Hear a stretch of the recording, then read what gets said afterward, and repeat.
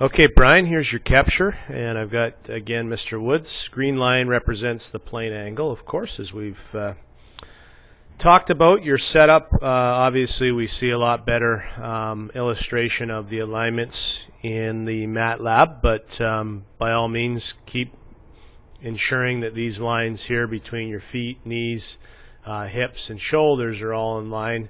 One of the things I suggested is obviously via your grip, the elbows pinch in, and you probably wouldn't see the bottom half of your left forearm right here. So just make sure that if you did anything, you'd want your lower body more open towards the target, like your feet a little bit squarer here, and the upper body kind of twisting or torquing against it. In other words, closing your shoulders rather than your shoulder line being left and having to over-rotate the shoulders is part of why you pop your hands outward.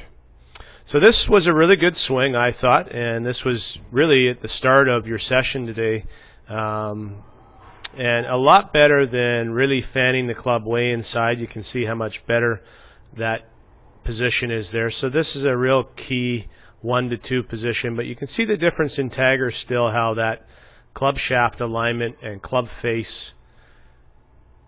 and the relationship between the hands and the arms and the shoulder all take place, and really get that Y that's created by this step in to the right spot here, whereas you'll still see a little bit of a roundness to your forearms here as you continue to go upward now.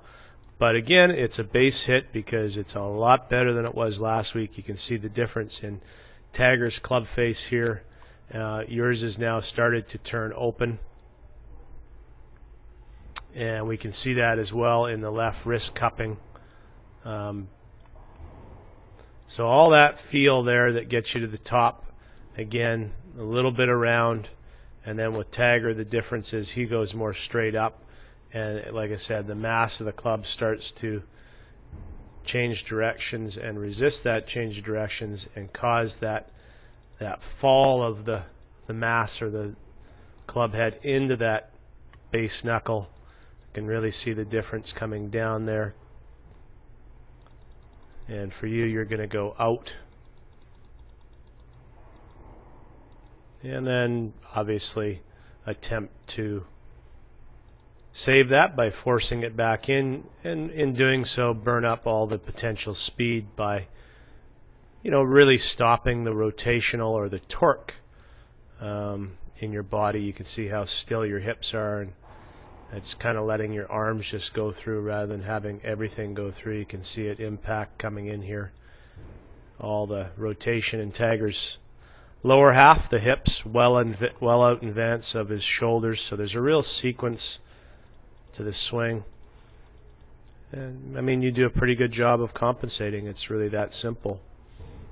And but you can get to a nice follow through with that uninhibited feeling. I think it's going to bring about some more consistencies in your ball flight, and obviously your power is going to increase. So keep working on your hold, get that grip in good shape, and 1 to 2, that takeaway, remember pressure point number 1 down on the shaft, Ricky Fowler drill if you will, and then using number 4 to kind of take it away is critical. Look in the dress mirror, make sure the club head is in front of your hands and your hands appear to be more inside in the takeaway. So good luck with that, and hopefully we'll see you next week, Wednesday, Thursday. Thanks.